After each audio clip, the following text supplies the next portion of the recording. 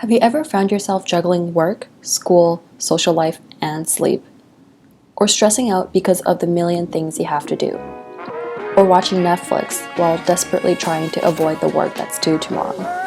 Well, today I'm going to walk you guys through my 5 tips on handling stress when you have a million things to do.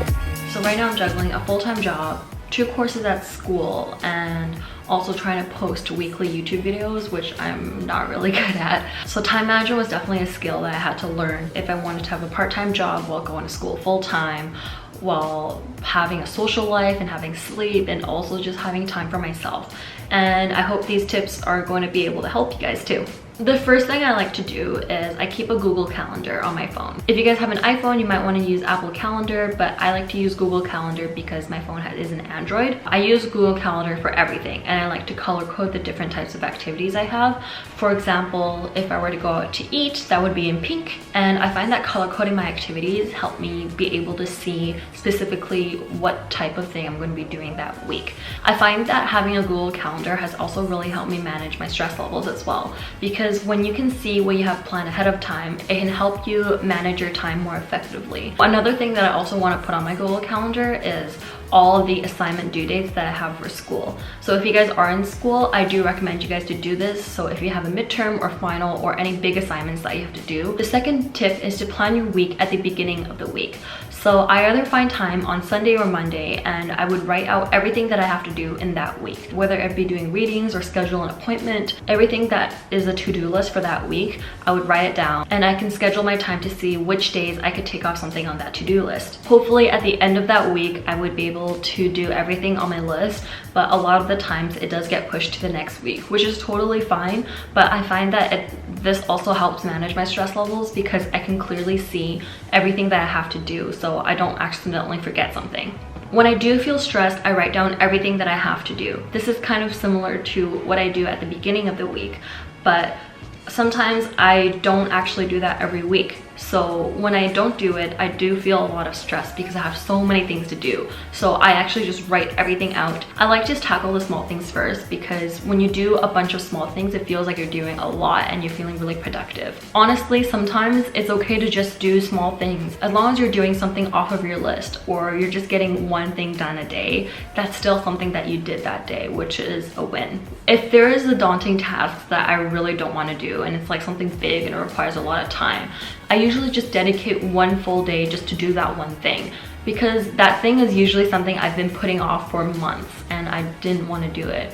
So when you know that on that day you only have to do that one thing, you'll feel a lot better about it, and it helps you be motivated to actually do it in the end. My 4th tip is to identify how you work. Everyone has a different productivity rate. Everyone does things differently. For example, I found that I concentrate better when it comes to schoolwork in the morning. So for me, I would schedule the things I have to do based on those times of days.